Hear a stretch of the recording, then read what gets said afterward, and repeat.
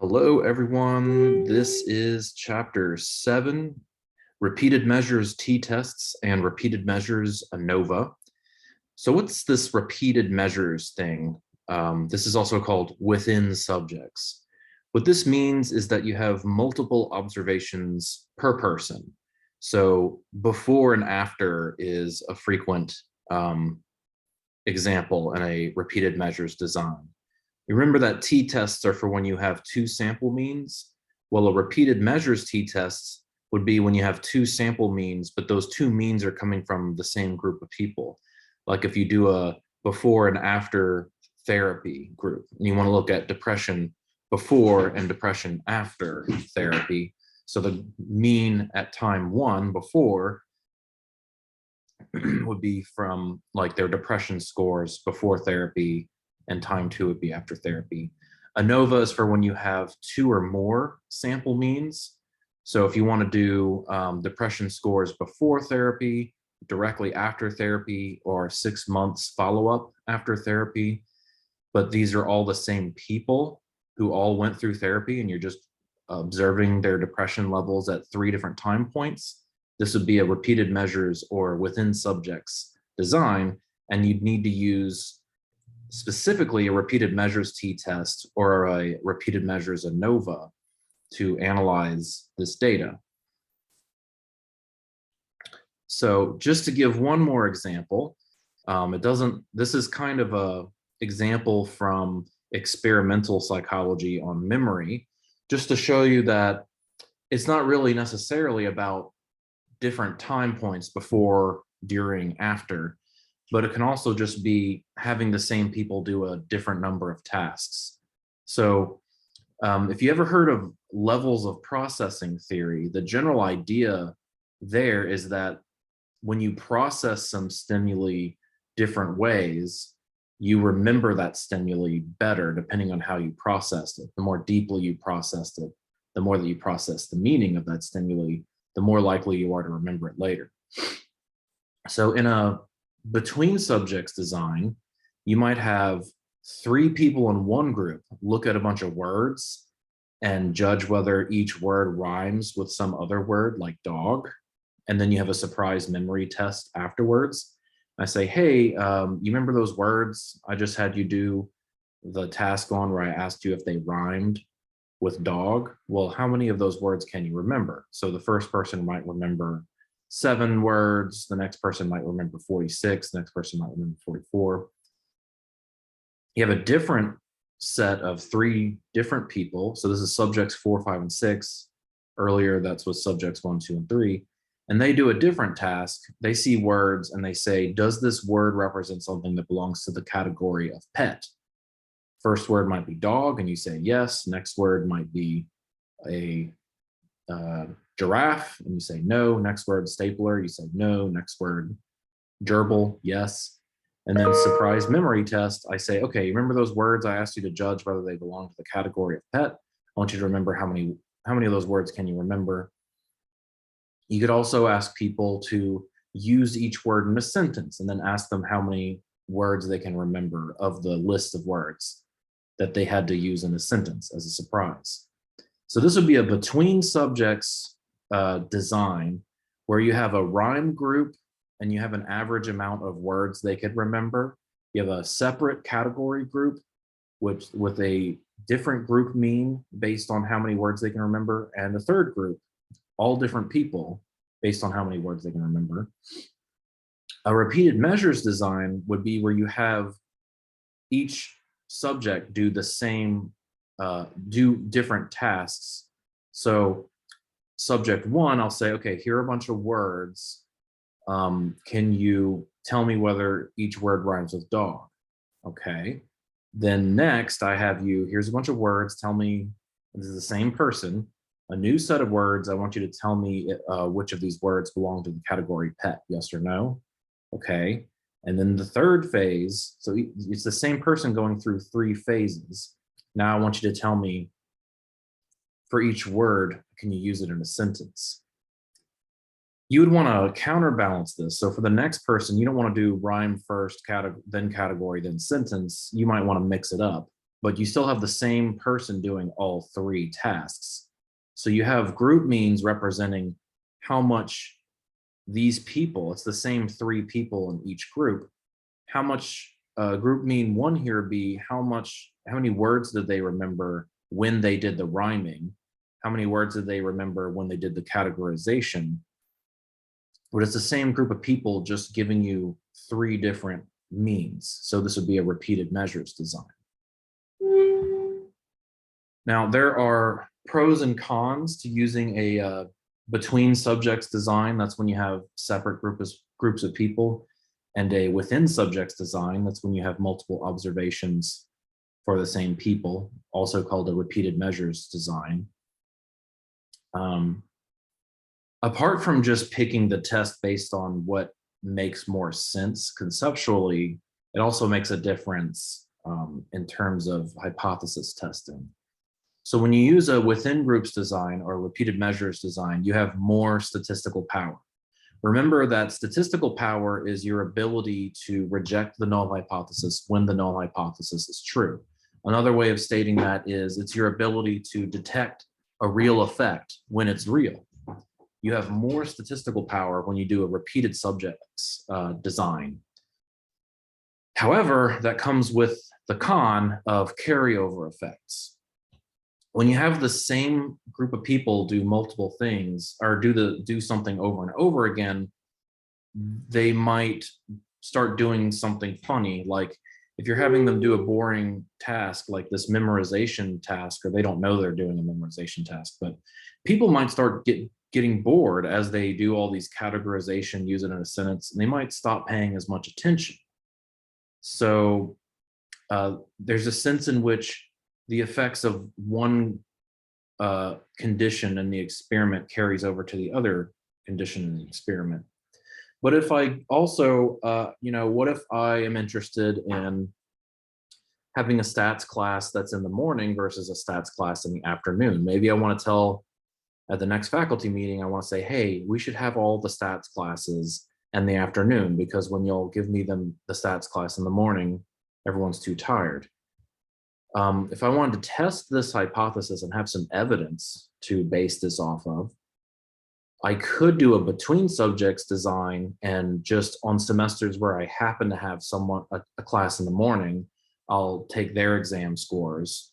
And for people who happen to have been in the afternoon on a different semester, different group of students, take their exam scores. That'd be a between subjects design. Wouldn't be too bad as long as I'm comparing like the same test, and the only thing that's really different is the students.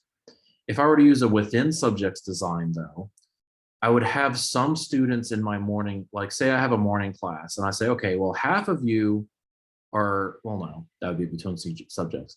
Within subjects would be, okay, you come in the morning and you take the stats exam, and then I want you to come back in the afternoon and take that same exam again.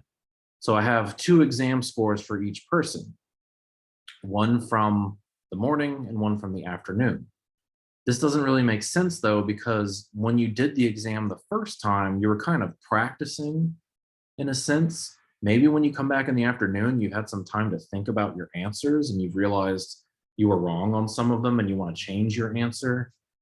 So that's just another example of a carryover effect. You don't want people at multiple time points. You don't want that to affect what they do because they're doing it at multiple time points. It's kind of like contaminating the data. Now with a between subjects ANOVA or t-test, just a between subjects experimental design, you have less statistical power, but you have better ability to make a causal inference. And what I mean by that is whenever you do a within subjects design, there's always the chance that there's some sort of carryover effect. Maybe people just got better at your task over time because they had practice.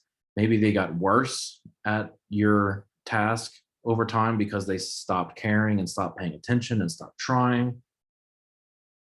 There's all kinds of explanation. There's all kinds of alternative explanations for why a repeated measure or within subjects ANOVA or design might have taken place. With between subjects, people were randomly assigned to certain groups, so it can't be a carryover effect because these are two completely different groups of people. So let me go through a worked example of a repeated measures t-test. It's a very simple design. I've got 5 subjects, and each one has 2 data points, a before and an after. And then let's say this is a weight loss experiment. So subject 1 weighed 200 pounds before whatever we're doing in our experiment, and they weighed 188 pounds afterwards. Now, this is made up data. In the real world, you wouldn't see everyone uniformly losing weight and losing this much weight. Or I don't know, maybe if you lock them in a basement and just give them nothing but treadmills and lettuce to live off of, maybe, I don't know. But here's our data. With a between subjects t-test, you would do a sample mean on this data and a sample mean on this data, and calculate a t-statistic that represents how far apart these 2 sample means are from 0. You would, if the null hypothesis is true, they would be very close.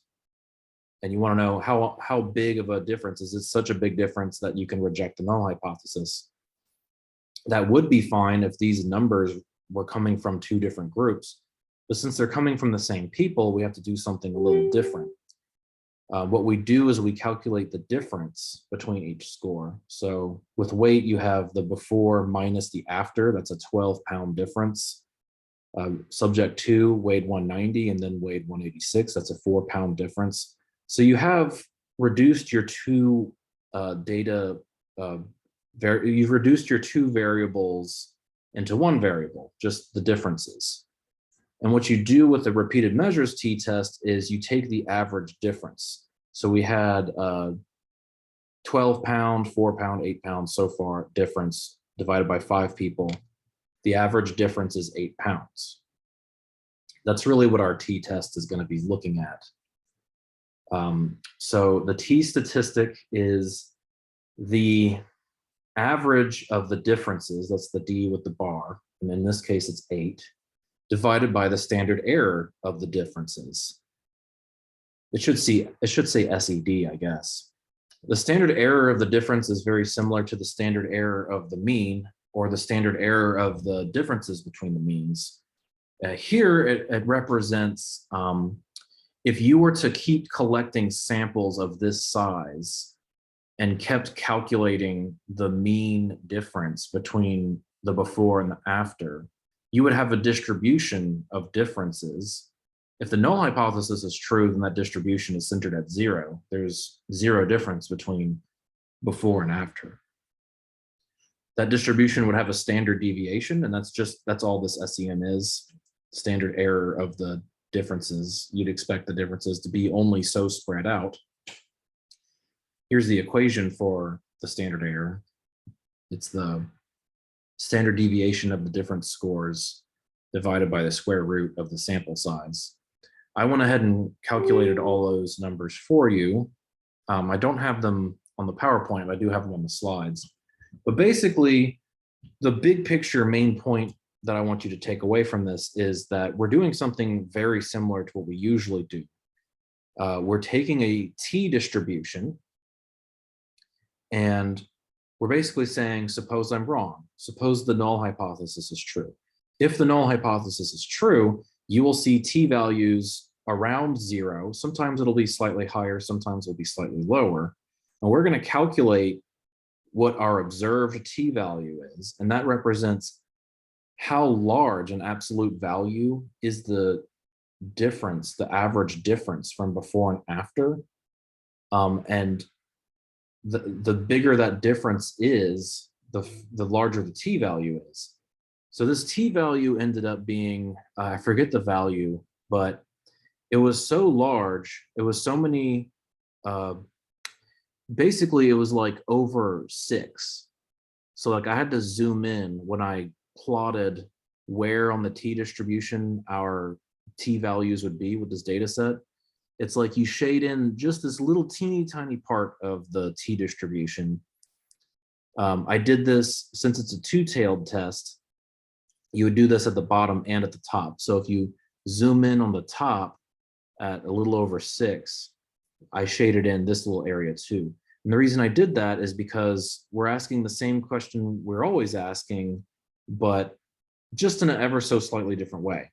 How likely are you to observe a t-score as large or larger as the one that we observed when you assume the null hypothesis is true?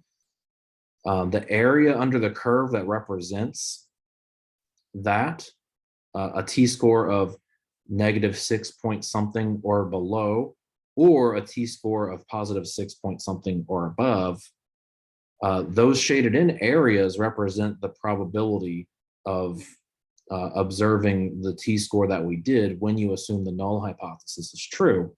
And it came out to being less than 1%, I believe, if you read the written out chapter. That basically means the shaded in area represents less than 1% of the area under the curve for this shape and this distribution. That's the p-value. For an ANOVA, now I'm going to start getting into why do we have more statistical power with a within subjects or repeated measures design. Because when you go the ANOVA way, it's a little more easy to articulate that. But with a between subjects ANOVA, if you'll recall, we look at the total amount of variation in the dependent variable. In the example we're using now, that's weight. So weight, all the subjects' weights varies by this amount overall. Now, if you look at what group is each observation of weight coming from, there's a before group and an after group. I'm ignoring for now that this is actually a repeated measures design. But if it was a between subjects or between groups design, you would say, okay, there's the total variation in weight, and I can break some of that down into some people came from the before group and some people came from the after group. Once you've accounted for that amount of the variation in weight, then there's the leftover or residual variation in weight. With the repeated measures ANOVA, you actually break the residuals down into 2 parts. So first, you can account for which group people came from. And it's weird calling it a group because the before group and the after group are not different groups of people. It's the same people at different time points. We'll still call them groups for now. But you have the before group and the after group, and you have the leftovers. But you can divide those leftovers into 2 parts because each person has their own average weight from the before time and the after time. If you average those 2 together, you have subject-specific levels of variation that you can account for. And then you have leftovers after that. So it's like you have leftovers part 1 after you've accounted for what group they're in. And then you have leftovers part 2 after you've accounted for each subject. So I have a visual representation of that.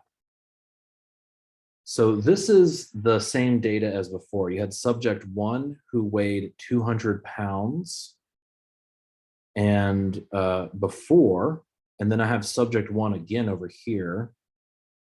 So if you split this plot down the middle, that's before is to the left and after is to the right. And we have subjects 1, 2, 3, 4, 5 from before, and you have subjects 1, 2, 3, 4, 5 from after. So you have the grand mean is this horizontal line right here. So if you ignore what group people came from before or after, and you ignore that it's subject 1 or subject 3 or whatever, you just average all the weights. Don't worry where that weight came from. Each observation, just average them all together. That's what this black horizontal line represents. So each data point deviates a certain amount from that line. And I represented that with these little gray lines. These gray lines, if you add them all together, the length of each of these gray lines, then you have the total amount of variation in weight. That's the total amount of variation from the grand mean. That's in gray. And then you have group level information. You have the before, that's the average of all the before groups. So I took just these first 5 observations from subjects 1, 2, 3, 4, and 5 from the before group. And I said, okay, the before average is right here. It's above the grand mean. And then I took the after group, subjects 1, 2, 3, 4, and 5, but from after whatever it is in this study. Let's say it's a weight loss boot camp or whatever.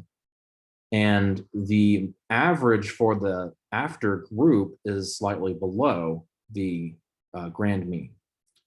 So just to revisit the terminology I occasionally use for between subjects and residual variance and all that, imagine you have to, if I'm going to draw a random person and I'm going to ask you, try and predict how much they weigh.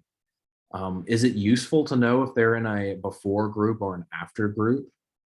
It looks like since the before group and after groups are actually different enough from the grand mean, it might be better to use what group they came from as a basis on which to make predictions. You're better off knowing what group they came in compared to just guessing the grand mean each time. So this is, these black horizontal lines represent the first step of breaking down the between groups source of variation. Now we want to get subject specific sources of variation. So this is probably a little confusing at first blush, but basically for subject 1, you have subject 1's first data point here, and you have subject 1's second data point here. If you average those together, you get this blue dotted line that's just below the grand mean. That represents the average weight for participant number 1 that's averaging over the before and the after data points for subject 1. Subject 2, if you average their weights together, they come out a little bit below the grand mean. Subject 3 is far below the grand mean. Subject 4 is far below. And subject 5 weighed more than everybody beforehand and afterhand. There was a difference, but if you average that difference together, this blue dotted line represents participant 5's average weight. And this represents the subject specific amount of variation. And recall that with an ANOVA, your F score, your F value is saying what's bigger, like you have the ratio of the mean squares for the between group versus the leftovers. If the between group is a lot bigger than what the leftovers, then you get a significant result. So with the repeated measures ANOVA, you're getting to shrink the denominator down, numerator divided by the denominator will. So you're not making the between groups effect bigger, but you're shrinking the thing that it's being compared against by splitting it into subject specific and leftovers, part 2. So you're more likely to get a significant result because, if you were doing a between groups analysis, you would say, divide the mean squares for the between groups by the mean squares of the leftovers, and you'd get a certain ratio. But if you take the same situation and say, I want you to divide the between groups by this residual down here that's been shrunk down even further, we have the leftovers, but then we remove the subject specific stuff from the leftovers. It's kind of like taking the same amount of pizza and dividing it among 8 people or dividing it among 2 people. You're taking the same amount of stuff, but dividing it among more people. Did I get that backwards? No, I got it forwards. Hopefully you know what I mean. So yeah, that's basically everything for within subjects is know the difference. If I give you a research scenario and I describe the scenario, you should be able to identify whether it's a between groups or a repeated measures design. You should be able to identify the pros and cons of the different designs. And I go over the math just because that's, a requirement for the course. And I go over the theory, which should be old hat by now. And I do want you to know, like, this is an explanation going more in depth into why you have more statistical power. You have more statistical power because you're shrinking the residuals in the repeated measures ANOVA, because you're accounting for two different sources of variation, the between groups and the subject specific. So you're removing two things from the overall variation, leaving you with less leftovers. So that's the reasoning behind why you have more statistical power. For an exam, I probably won't get that specific in the questions about it, but you should definitely know that when you do a repeated measures ANOVA, a repeated measures t-test, a repeated measures design in general, you tend to have more statistical power. And that was the reason why. That's everything for this chapter. I'll see y'all next time.